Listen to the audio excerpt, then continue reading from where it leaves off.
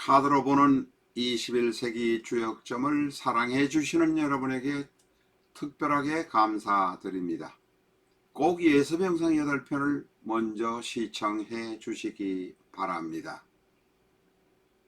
유튜브에서 21세기 주역점 005-3을 엔터하시면 8번째 예습 영상을 보실 수 있습니다. 다른 예습 영상의 시청도 동일한 방법으로 보시면 가능합니다.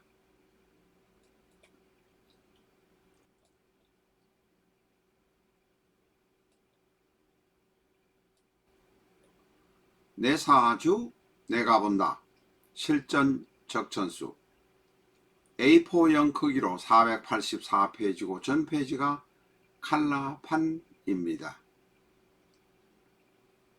실전 적천수 한 권으로 유튜브에 등장하는 수많은 사주 동영상의 수준을 직접 평가까지 하실 수 있습니다. 미국이나 캐나다에 사시는 교포분이라면 아마존에서 SILJEON을 엔터하시고 실전 적천수를 만나시기 바랍니다. 국내에서는 교보문고에서 구입해 주시기 바랍니다.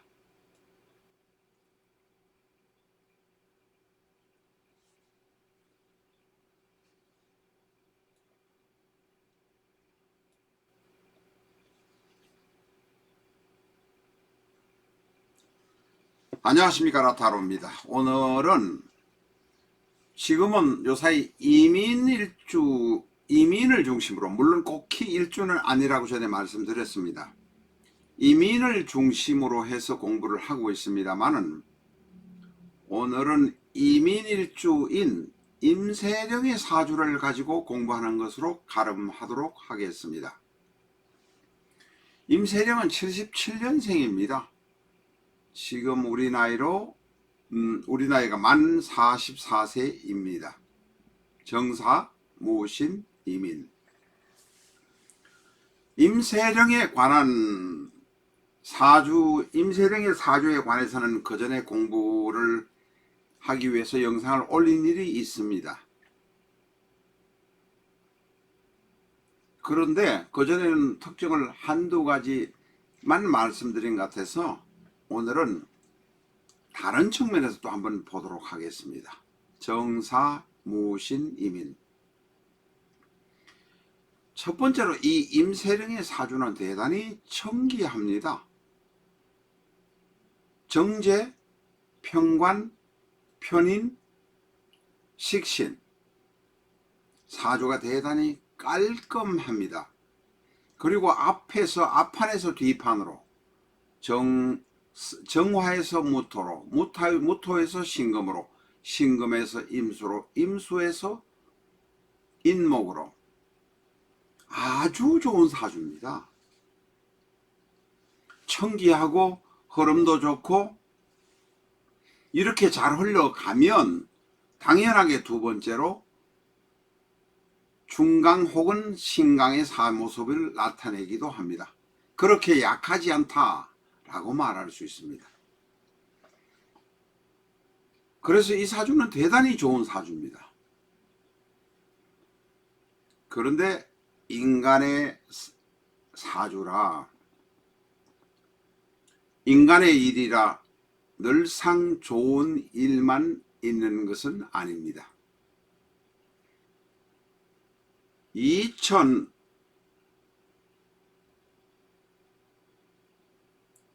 1999년인가요? 이재용과 결혼해서 2009년에 이혼을 했습니다. 1998년인가 그럴 겁니다. 이 자료가 없습니다.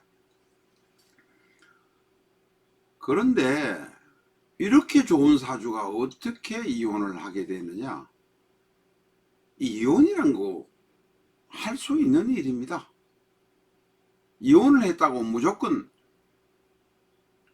잘못되고 어렵게 되는 것만은 아닙니다. 임세령의 경우 특히 그런 모습이 나옵니다.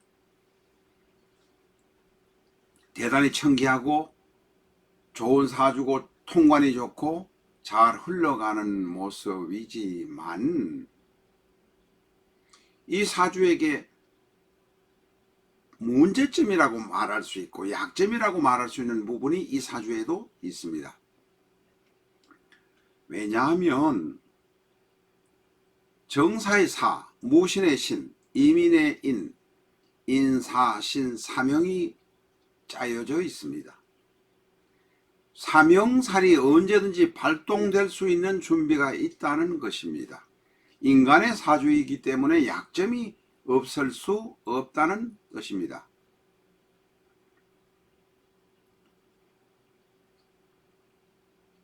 이 사주는 아까 앞에 말씀드린 대로 화생토, 토생금, 금생수, 수생목으로 전혀 막힘없이 깔끔하게 흘러갑니다. 청기합니다. 이런 사주는 사업을 하게 되면 사장을 할 사주고, 국가에서 녹을 먹게 되면 장관 이상 국무총리라도 할 사주입니다. 그런데 지지의 사명살이 조합이 되어 있는 것이 불안합니다. 그리고 또 하나 이제 여담으로 말씀드리면 이민의 경우는 일지에 인목이 있어서 식신이 남편 자리에 식신이 앉아 있습니다. 남편 자리에 자식이 앉아 있다는 것입니다. 자식을 챙기려다 문제가 생기고 자식 때문에 남편하고 사이가 멀어진다 하는 것이 보통의 일지에 식신이 앉아 있는 경우입니다. 이분도 정확한 자료일 겁니다. 자식을 공부시키기 위해서 후배를 동원했다가 여자 후배를 동원했다가 여자 후배와 전 남편인 이재용이 썸씽 스페셜한 일들이 일어났을 겁니다. 그 썸씽이란 것이 바로 러브 어페어즈일 것입니다. 바로 오른쪽 위에 얼굴을 가린 여성으로 사진이 돌아다니는 것이 바로 임세령의 후배라고 하는데 이것은 정확하지 않을 수도 있습니다. 그래서 얼굴을 조금 많이 가렸습니다. 다시 말해서 임세령이 동원한 비견 때문에 이재용과 이혼하게 된 결과가 된 것입니다.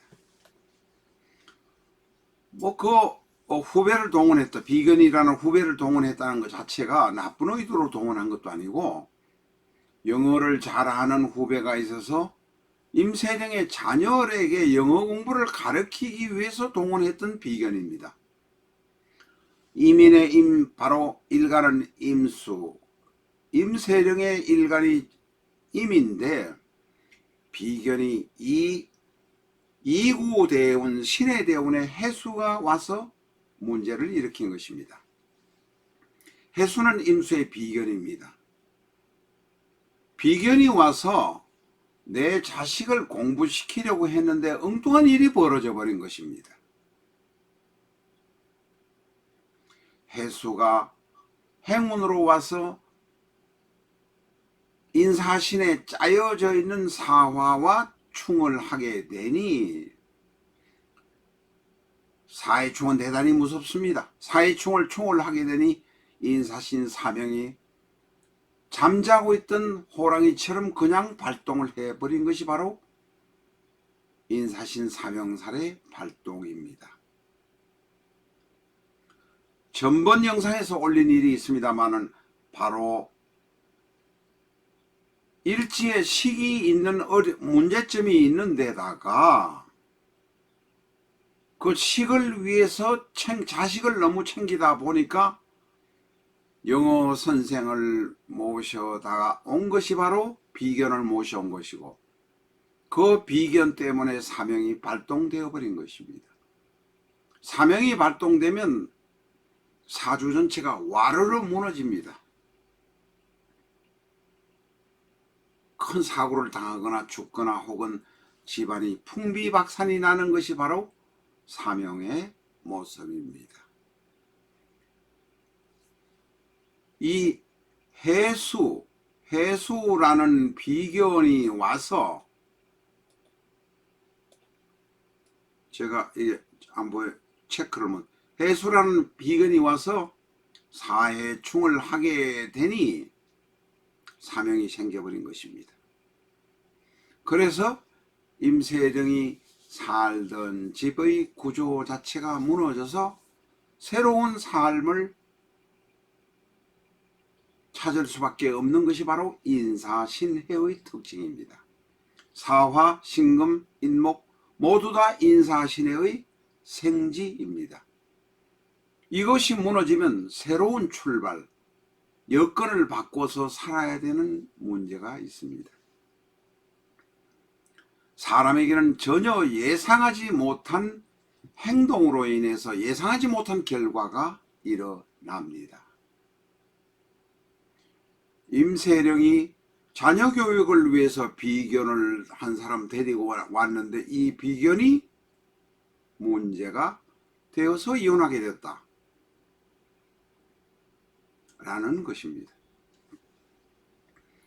오늘 대통령이 취임식을 한다고 합니다만 신임 대통령이 전혀 신임 대통령이 되지도 못할 사람, 될 것 같지도 않았던 운명의 사람을 살인을 하기 위해서 차도로서 빌려온 그 칼이 바로 윤석열 대통령입니다. 그 차도가 자기 마음에 들지 않으니까 조국, 추미애, 문재인이 마구 씹어 제끼다 보니까 대통령을 만들어 버렸습니다. 바로 이것도 너무나 큰, 옳든 그러든 간에 너무나 큰 결과를 만들어낸 거대한 나비짓의 부작용이다, 이렇게 말할 수밖에 없습니다. 임세령의 이혼과 새로운 삶도 바로 비견이라는 사람을 현실 사계에서 후배를 하나 데리고 온 것이, 사주에서는 비견을 하나 가지고 온 것이 그렇게 큰 문제로 발전해 버린 것입니다. 감사합니다.